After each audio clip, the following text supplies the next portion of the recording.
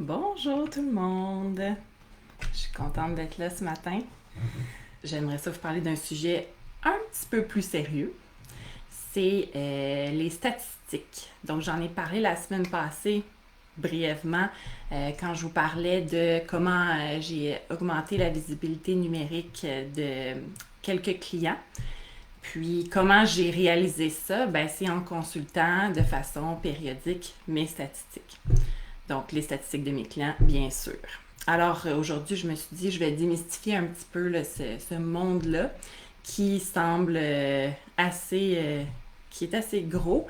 Une chance qu'il y a des graphiques parfois pour nous aider à décortiquer tout ça.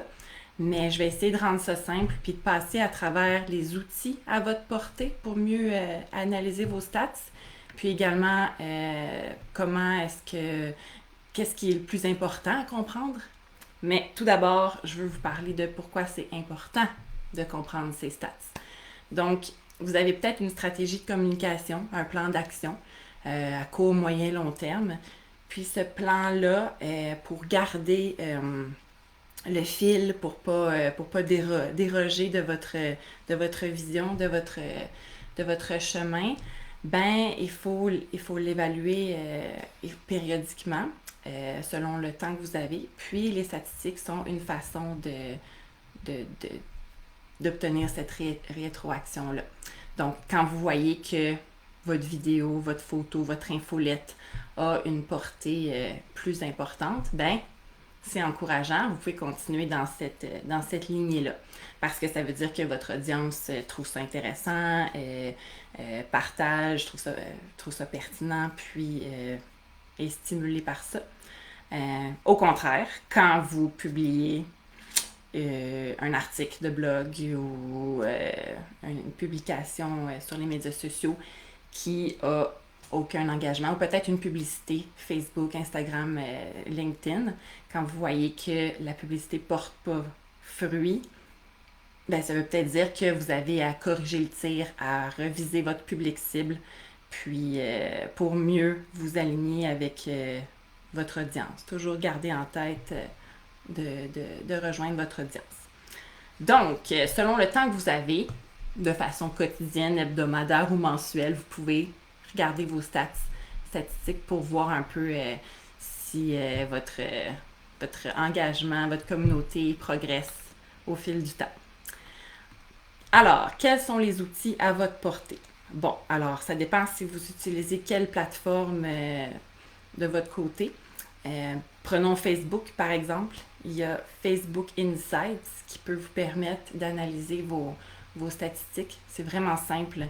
Une chance qu'il y a des graphiques parfois pour nous aider à comprendre, mais c'est quand même très, très riche en informations. Pour Instagram, pour ceux qui ont un compte professionnel puis qui veulent évaluer leurs statistiques, les statistiques sur Instagram sont simplement disponibles sur mobile, directement sur une publication là, ou à partir du profil.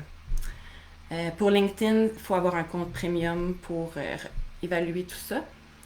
Pour Twitter, c'est avec Twitter Analytics. Et pour YouTube, c'est via le tableau de bord de la chaîne YouTube.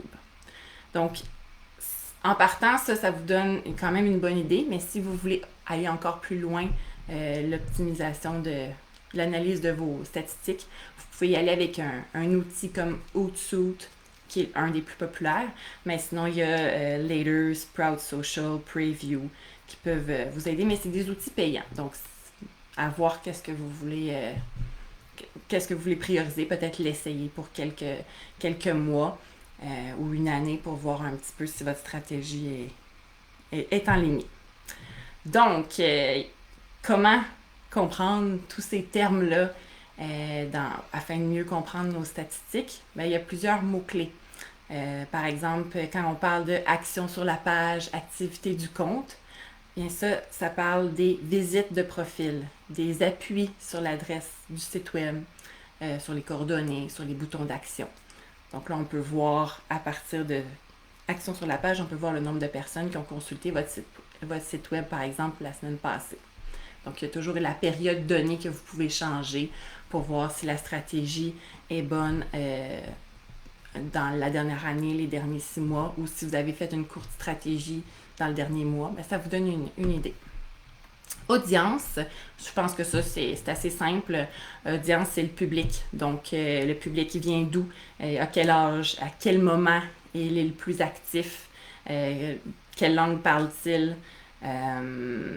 Mais l'idée la plus importante derrière l'audience, c'est de savoir quand est-ce qu'ils sont le plus actifs.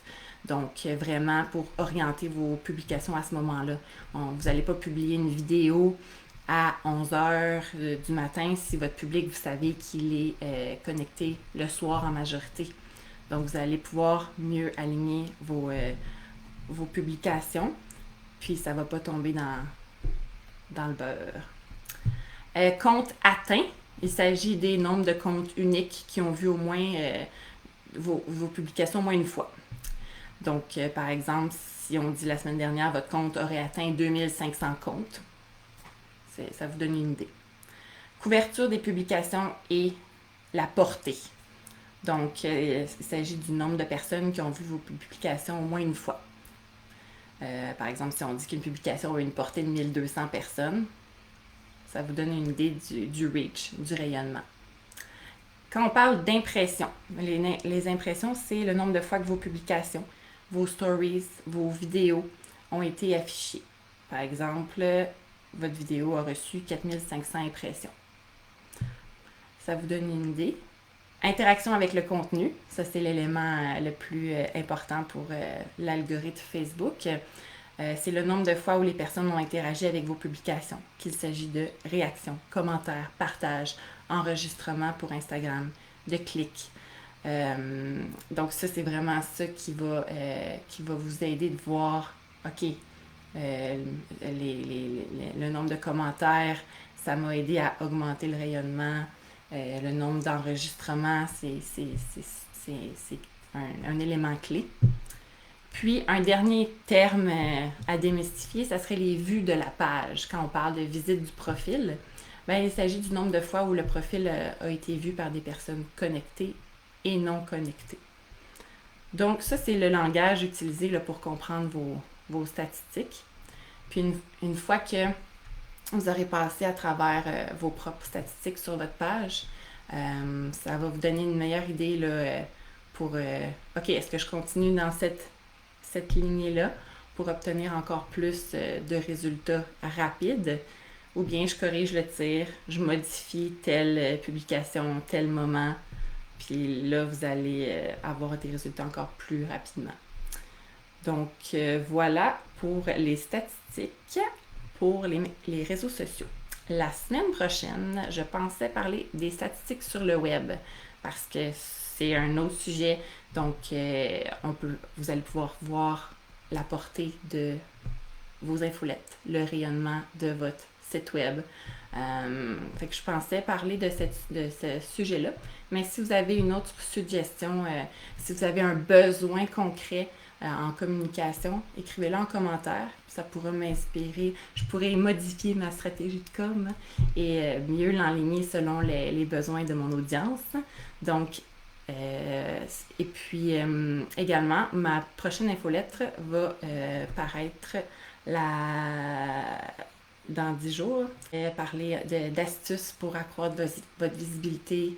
Essayer d'avoir plus d'outils et de stratégies pour augmenter votre rayonnement, votre visibilité. Fait que dans mon infolettre, chaque mois, je vais publier du contenu exclusif pour vous rendre visible, pour optimiser votre visibilité numérique. Alors, n'hésitez pas si vous voulez vous abonner à mon infolettre. L'onglet est sur mon site web. Puis présentement, si vous vous abonnez à mon infolette, vous recevez des astuces pour mieux prendre des photos, pour mieux pour que vos photos soient plus visuellement attrayantes et attirent davantage de clics. Donc, je vais changer de contenu comme ça là, dans mon infolette comme ça chaque mois. Alors voilà, si vous avez des questions, écrivez-les moi en commentaire. Sinon, on se voit la semaine prochaine, jeudi 11h.